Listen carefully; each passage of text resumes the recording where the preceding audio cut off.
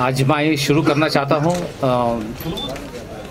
ये बताते हुए कि आज का जो Jammu and Kashmir light infantry regimental centre का जो परेड था, ये बहुत प्रोफेशनल तरीके से कंडक्ट किया है और इसके लिए बधाई है कि हमारा जो कमांडेंट साहब है, उनके ऑफिसर्स हैं, इनके जितने भी ड्रिल उस्ताद हैं और ख़ास तौर पर आज का 122 रिक्रूट ट्रेनिंग जो कैडर था उसके लिए।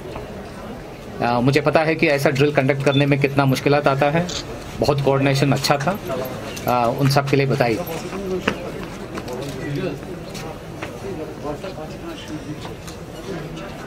दूसरा मैं ये बताना चाहता हूँ कि आज का दिन में जम्मू एंड कश्मीर के हालात के बारे में कुछ शब्द बताना चाहता हूँ। एलसी के ऊपर फ़िलहाल हालात काफ़ी कंट्रोल में हैं। मैं बताना चाहता हूँ कि सीज़फायर वायलेशंस थोड़ी बहुत हो रहे हैं, जो पाकिस्तान इन्फिल्ट्रेशन करने में उसको मदद मिलता है, बट उस इलाके में भी कुछ ही दिनों में कुछ कंट्रोल में आया है। और इस साल हम इन्फिल्ट्रेशन काफ़ी हद तक रोक पाए हैं। जैसे पिछली साल तकरीबन 130 आदमी इन्फिल्ट्रेशन हुए थे, इस साल ये फिगर 30 से कम है। इतना बदलावट आया है और मैं उम्मीद करता हूँ कि इसकी बदौलत अंदरूनी हालात में भी काफ़ी सुधार आएगा। हाल ही में आज सुबह केरन सेक्टर के अंदर नदी के पार, किशनगंगा के पार, आज ट्यूब के माध्यम से 4 AK-74 और काफ़ी तादाद का अम्यूनिशन आज पाकिस्तान ने हमारे इलाके में घुसने की कोशिश किया है और हमारे जवान जो सतर्क थे, हमारे सर्वेलेंस डिवाइसेस की बदौलत उस कैशे को आज हम पकड़ पाए हैं। ये मोटे तौर पे दर्शाता है कि पाकिस्तान की इरादों में कोई बदलावट नहीं आया है और आगे भी हम उनकी जो भी गलत इरादे हैं उसका इलाज हम करेंगे। हिंटरलैंड ऑपरेशंस आप सब देख रहे हैं कि लगातार हम टेररिस्ट को न्यूट्रलाइज कर रहे हैं।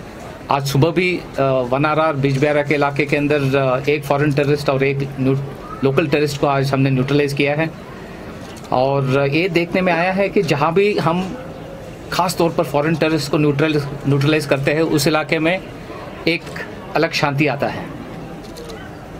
पुलवामा, शोपिया में ख़ास तौर पर पिछली 2-3 महीने में जो ऑपरेशन हुआ है उसकी वजह उस इलाके में काफ़ी हद तक शांति आया हुआ है। और इसके साथ साथ मैं ये भी बताना चाहता हूँ कि रिक्रूटमेंट में पिछली 6 महीने में कम हुआ था, बट पिछली 1 महीने के अंदर थोड़ी बहुत बढ़त हुआ है। बट उसके साथ साथ जो मुझे उम्मीद नज़र आता है कि कई टेररिस्ट जो उस पार गए थे वो सरेंडर को शामिल हो रहा है, सरेंडर कर रहे हैं। उसके बारे में हम ज़्यादा आवाज़ नहीं करते हैं, बट ये एक अच्छी इंडिकेटर है मेरे लिए। बाकी कोविड की समस्या फ़िलहाल अभी भी है, उस दिशा में जो भी आर्मी आवाम के साथ मिल के जो कंट्रोल करने में हो सकता है वो कार्रवाई हम कर रहे हैं, आगे भी हम करते रहेंगे। और दूसरी बात ये देखने में आ रहा है कि इकोनॉमिक एक्टिविटी धीरे से पकड़ में आ रहा है। इस साल का एप्पल ट्रेड भी चालू हो गया है, पैडी कल्टीवेशन और हार्वेस्टिंग भी हो गया है और मुझे उम्मीद है कि धीरे धीरे से कश्मीर के अवाम अपना रास्ता पकड़ेंगे और खुशहाली की दिशा में आगे जाएंगे। Yeah, we can take the questions. Sir, winters आने वाले हैं, कितने विंटर्स हो सकते हैं लॉन्चिंग पैड्स पे जो कश्मीर के अंदर दाखिल होना चाहते हो? हमारा इंट एजेंसीज के अनुसार तकरीबन 250 से 300 तक टेररिस्ट लॉन्च पैड में है पाकिस्तान की तरफ, बट उनका लगातार कोशिश की बावजूद हम उनको रोक पाए हैं अभी तक। सर, साउथ कश्मीर की अगर हम बात करें तो रिक्रूटमेंट अभी हो रही है और खासकर OGWs का यूज़ किया जा रहा है, तो क्या ये सवाल मैंने मोटे तौर पे उत्तर दिया है कि साउथ कश्मीर में प्रॉब्लम नॉर्थ कश्मीर से थोड़ा सा ज़्यादा है, बट मेरे हिसाब से काफ़ी काबू में है। पिछली 15 दिन में रिक्रूटमेंट में कमी हो गया है, 1 महीने पहले उससे थोड़ा सा बढ़ गया था और मुझे उम्मीद है कि इधर की जो नौजवान हैं उनको जो रास्ता सही है वो नज़र आएगा और हम उम्मीद रखते हैं कि ये जो सिलसिला है वो उसमें कटौती आएगा। Will the harvesting help you in carrying out more operations in Kashmir once the harvesting is complete? Because of vegetation you are not able to. मेरे हिसाब से हार्वेस्टिंग से ज़्यादा ताल्लुकात नहीं है। हार्वेस्टिंग हो, पैडी कल्टीवेशन है या ऑर्चर्ड के अंदर जो वेजिटेशन है उससे ज़्यादा फ़र्क नहीं पड़ता है।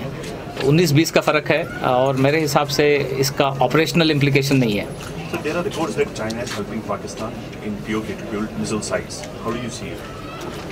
ये मैंने मीडिया में देखा है कि पाकिस्तान चाइना को मदद कर रहा है या चाइना पाकिस्तान को मदद कर रहा है। ऐसा इंडिकेटर हमको नहीं है, बट आप सबको जानकारी है कि सीपेक पाकिस्तान में चल रहा है और सीपेक की बदौलत चाइना का प्रेजेंस जरूर है पाकिस्तान में, but military cooperation in terms of equipment is there, but जो टैक्टिकल हालात में ऐसा मदद में हमको कुछ नज़र नहीं आ रहा है। Sir, there were reports that there has been policy framed by the army for those who lay down weapons.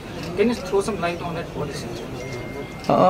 We have been working on a policy for surrender and we have sent our recommendations up the channel, but फिलहाल ये policy formalise होके नहीं आया है। But even in the absence of any policy हमारा एक system है जहां अगर कोई वापस आता है तो उसको देखभाल करने का हमारे पास तरीका है और उसको हम अपना रहे हैं। On the Shopian we have already shared basic information कि इनिशियल कोर्ट ऑफ इंक्वायरी ख़त्म हो गया है और उसके अंदर हमको कुछ गलत नज़र आया है। उसका बेसिस पे हमने समरी ऑफ एविडेंस ऑर्डर किया है जो अभी आधा रास्ता पकड़ चुका है। हम उम्मीद करते हैं कि वो जल्द खत्म हो जाए ताकि अगला स्टेज में हम जा सकते हैं। सर, पंचायत इलेक्शंस आने वाले हैं, क्या कुछ सिक्योरिटी इंतजाम किए गए हैं इसके लिए? पंचायत इलेक्शन अनाउंस हो चुका है और हम उम्मीद करते हैं कि ये जो पंचायत का जो सिलसिला है, जो ग्रास रूट डेमोक्रेसी की जब हम बात करते हैं तो पंचायत से चालू होता है और हम उम्मीद करते हैं कि हर इलाके से आवाम आगे आए और पंचायत इलेक्शन में हिस्सा लें ताकि उस इलाके की डेवलपमेंट हो और उसको सही सलामत कंडक्ट करने में जो भी हमारी योगदान की ज़रूरत है हम उस पर अमल करेंगे। Irfan, Sir, there are continuously attempts to push arms and infiltration bit across the line of control. Yes. Do you think that Pakistan is trying to engage on the second front so that there can be some negotiations on the LAC? ये जो आप सवाल पूछा है कि the desire for Pakistan to push weapons is very much alive. ये आज सुबह की बात कर रहा हूँ मैं, केरन से हुआ है, तंगदार से भी हुआ है, नीचे जम्मू सेक्टर से भी हुआ है और पंजाब इलाके से भी हुआ है। तो ये जो हथियार इधर अंदर घुसाने का मेन मकसद है कि कश्मीर की आवाम हमेशा उलझे रहे, इधर दहशतगर्दी रहे और हमारा हमेशा इरादा है कि इस जो हथियार की जो सिलसिला है उसको रोक के रखें ताकि कम से कम हथियार हो और कम से कम नुकसान हो इधर आवाम को। और इसमें हमको ज़रूर आवाम की मदद चाहिए ताकि इस दहशतगर्दी की जो सिलसिला है उसको रोक पाएँ। Today morning you also recovered an M14 carbine rifle. We have been seeing pictures of new weaponry in Kashmir which we haven't seen earlier. Do you think what is the reason behind selling this kind of weaponry to Kashmir? ये सवाल M4 हो, M16 हो, ये एक हथियार जैसे ही है, ये मतलब पाकिस्तान की तरफ शायद ये हथियार थोड़ी ज़्यादा हो गए होंगे और उसको इधर भेजना चाहते हैं और देखने में भी थोड़ी सी टेररिस्ट उसके साथ खड़ा होता है तो थोड़ा थोड़ा मैचुअल ऐसा लगता है, बट उसके अलावा हथियार होता है। एक पिस्टल से भी एक आदमी मर जाता है और एक ऐसे भी आदमी मरता है। सो मेरे हिसाब से इसका कोई ज़्यादा फर्क नहीं आएगा। Thank you.